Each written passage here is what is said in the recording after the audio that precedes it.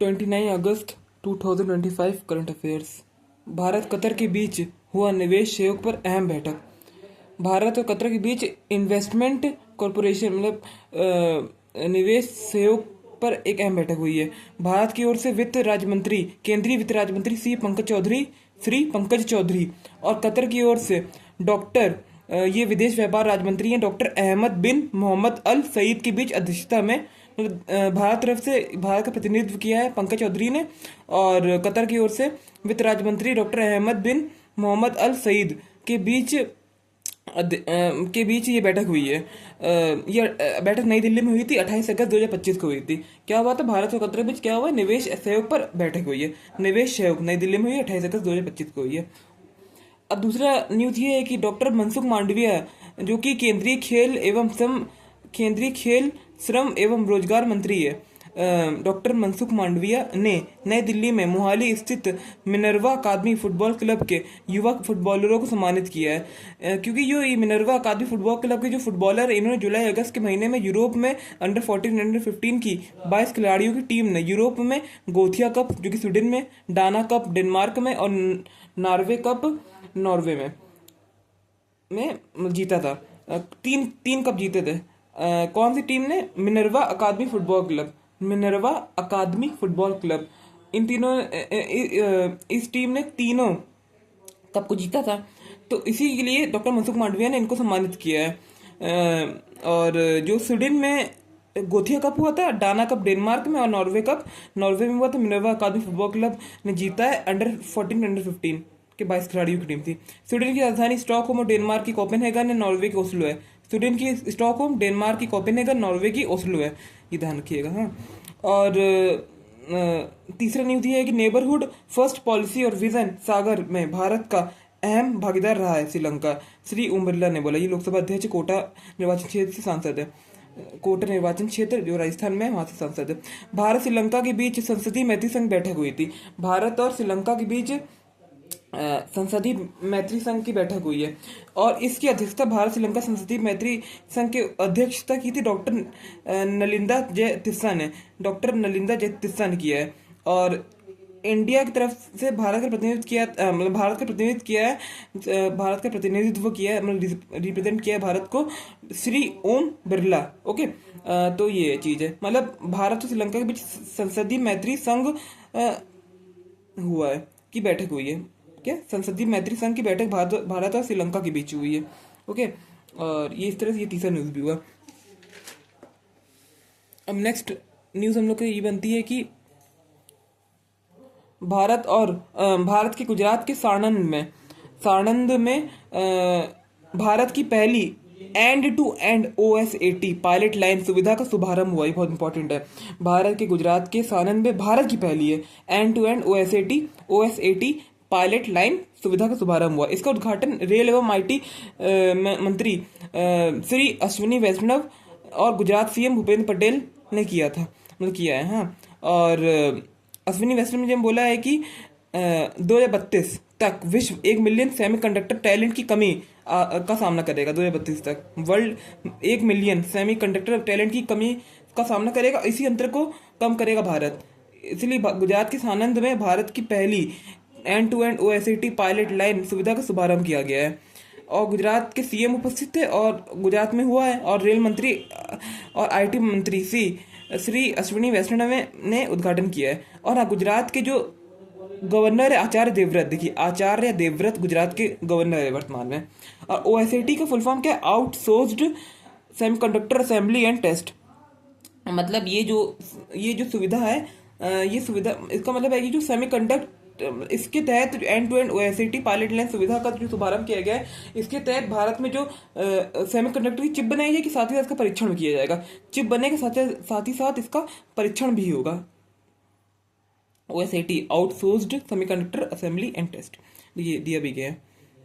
और पांचवा है 29 अगस्त 2025 में आज से 29 अगस्त 2025 से बिहार के राजगीर में पुरुष हॉकी एशिया कप 2025 का शुभारंभ किया जाएगा। शुभारंभ होगा, मतलब आज से स्टार्ट हो जाएगा एशिया कप। इसमें टोटल 8 टीमें भाग लेंगी। ये 12वां 12th मेंस हॉकी का एशिया कप है, और 2025 में होगा बिहार के राजगीर में होगा।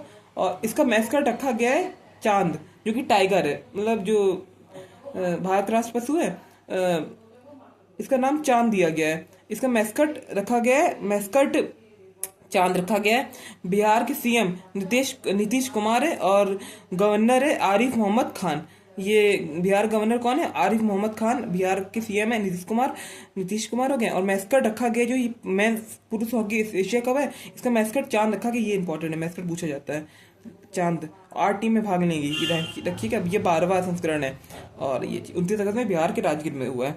अब नेक्स्ट क्वेश्चन ये आते हैं, नेक्स्ट खबर क्या है हम लोग की।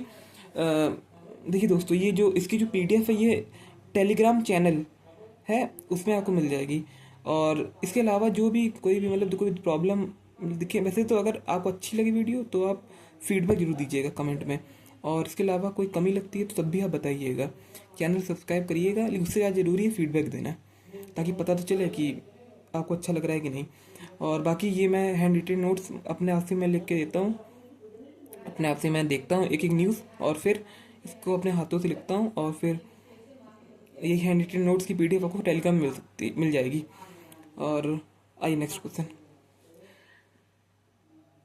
15वें वार्षिक शिखर सम्मेलन के लिए 15वें वार्षिक शिखर सम्मेलन के लिए जापानी प्रधानमंत्री शिगेरू इशिबा ने पीएम मोदी को निमंत्रित किया है। अतः आज 29 और 30 सितंबर के लिए 2 दिवसीय यात्रा के लिए पीएम मोदी जापान के लिए रवाना हो चुके हैं और पहुंच चुके हैं जापान की राजधानी टोक्यो। यहाँ की करेंसी येन है। येन डॉलर और यूरो के बाद सबसे अधिक इसमें ट्रेड किया जाता है, मतलब ट्रेड करने वाली करेंसी है जापान की जो येन करेंसी, जापानीज येन। हाँ, और 15वें वार्षिक शिखर सम्मेलन के लिए जापानी प्रधानमंत्री शिगेरू इशिबा, ध्यान रखिएगा, ने पीएम मोदी को निमंत्रित किया है। इसके बाद चाइना भी जाएंगे पीएम मोदी। हाँ, 31 अगस्त और 1 सितंबर 2 दिवसीय यात्रा चाइना की भी करेंगे। और एससीओ की मीटिंग जो है, संघाई कॉरपोरेशन ऑर्गेनाइजेशन की मीटिंग होने वाली है उसी में। तो अभी चाइना जाएंगे तो उसके लिए न्यूज़ बनाए, मतलब फिर बताया जाएगा। जब चाइना पहुंचेंगे तो उसके में जो जो बात होगी उसको लेकर फिर अगले वीडियो में बनाया जाएगा, जो अगले दिन का करंट अफेयर्स होगा। आइए नेक्स्ट क्वेश्चन। 29 अगस्त नेशनल स्पोर्ट्स डे। 29 अगस्त नेशनल स्पोर्ट्स डे जो, हाँ, 29 अगस्त नेशनल स्पोर्ट्स डे जो है हॉकी जादूगर मेजर ध्यानचंद जी के जन्म दिवस पर मनाया जाता है। हॉकी जादूगर मेजर ध्यानचंद जी के जन्म दिवस पर मनाया जाता है। नेशनल स्पोर्ट्स डे ये 2012 को पहली बार बनाया गया था। मेजर ध्यानचंद का जन्म 1905 में हुआ था। 29 अगस्त को 1979 में इनका देहांत हुआ था। इनकी उपलब्धि ये है कि इन्होंने मतलब भारत ने 1928, 1932, 1936 के ओलंपिक में गोल्ड मेडल जीता था हॉकी में। 1928, 1932, 1936 लगातार। देखिए 1928 4 साल के अंतराल में होता है, 28, 32 और 36 गोल्ड मेडल जीता था। इनकी ये उपलब्धि है, इनको हॉकी के जादूगर कहते हैं। और ये इसकी थीम जो रखी गई है ये है शांतिपूर्ण और समावेशी समाज को बढ़ावा देने हेतु खेल। शांतिपूर्ण और समावेशी समाज को बढ़ावा देने हेतु खेल। और 2012 में पहली बार बनाया गया था। 29 अगस्त को नेशनल स्पोर्ट्स डे बनाया जाता है मेजर ध्यानचंद जी के जन्म दिवस पर। अब 8वां क्वेश्चन है कि हाँ, रोजर बिन्नी जो है, ये लेटेस्ट न्यूज़ है कि रोजर बिन्नी जो ये 70 साल के पूरे हो चुके हैं और बीसीसीआई के रूल के अनुसार 70 साल में अध्यक्ष पद में के लिए इस्तीफा देना पड़ता है। 19 जुलाई को ये पूरे 70 साल के हो चुके हैं। इसीलिए रोजर बिन्नी जो बीसीसीआई के अध्यक्ष थे से अपने पद से इस्तीफा दे दिया है। और जो वाइस प्रेसिडेंट है बीसीसीआई के राजीव शुक्ला बन गए कार्यवाहक अध्यक्ष बन गए। कौन? एक्टिंग प्रेसिडेंट बन गए राजीव शुक्ला।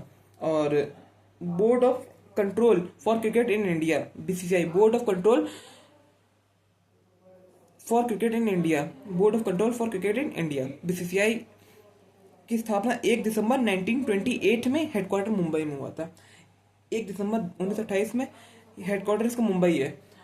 वैसे इसकी स्थापना मद्रास में हुई थी, हाँ, लेकिन इसका हेडक्वार्टर मुंबई में है। अब उसमें ब्रिटिश इंडिया था 1928 में, और वानखेड़े स्टेडियम मुंबई में इसका हेडक्वार्टर है। और बाकी जो ये रोजर बिन्नी, ध्यान रखिएगा, बीसीसीआई पद से इस्तीफा दे दिया है और राजीव शुक्ला बने कार्यवाहक अध्यक्ष। अब नेक्स्ट क्वेश्चन देखिए, और ये अंतिम चरण में आ चुके हैं हम लोग आज के दिन के करंट अफेयर्स के। दिल्ली यूनिवर्सिटी डीयू जिसको कहते हैं शॉर्टकट में के छात्रों हेतु दिल्ली की सीएम रेखा गुप्ता जी ने यू बस सेवा शुरुआत की है। डीयू के छात्रों की सुविधा हेतु यू बस सुविधा शुरू की है किसने? दिल्ली ने। यू बस, ये ध्यान रखिएगा, यू बस। और नेक्स्ट क्वेश्चन है कि कनाडा में भारत के राजदूत नियुक्त हुए कौन? कौन? दिनेश के पटनायक। और क्रिस्टोफर काउटर को कनाडा का दूत चुना गया भारत के लिए, मतलब भारत के लिए कनाडा के दूत है क्रिस्टोफर काउटर, सॉरी क्रूटर, माफ करिएगा क्रूटर, ये आर है, KRUTER।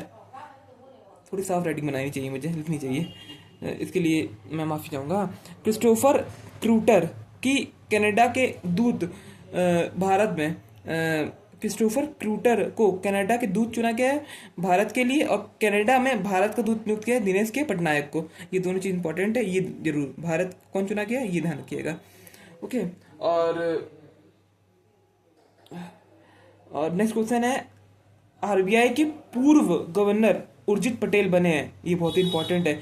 IMF के एग्जीक्यूटिव डायरेक्टर चुने गए हैं। आरबीआई के पूर्व गवर्नर उर्जित पटेल बने हैं IMF इंटरनेशनल मॉनेटरी फंड के एग्जीक्यूटिव डायरेक्टर चुने गए हैं। जुलाई 1944 में IMF की स्थापना हुई थी वाशिंगटन DC में।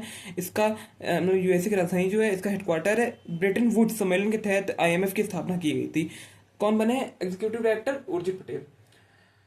IMF के नए एग्जीक्यूटिव डायरेक्टर बने, और IMF की स्थापना 1944 में हुई थी, 1944 में, और ब्रेटन वुड्स सम्मेलन के तहत की गई थी। इसी के साथ आज का करंट अफेयर समाप्त हुआ। नमस्कार।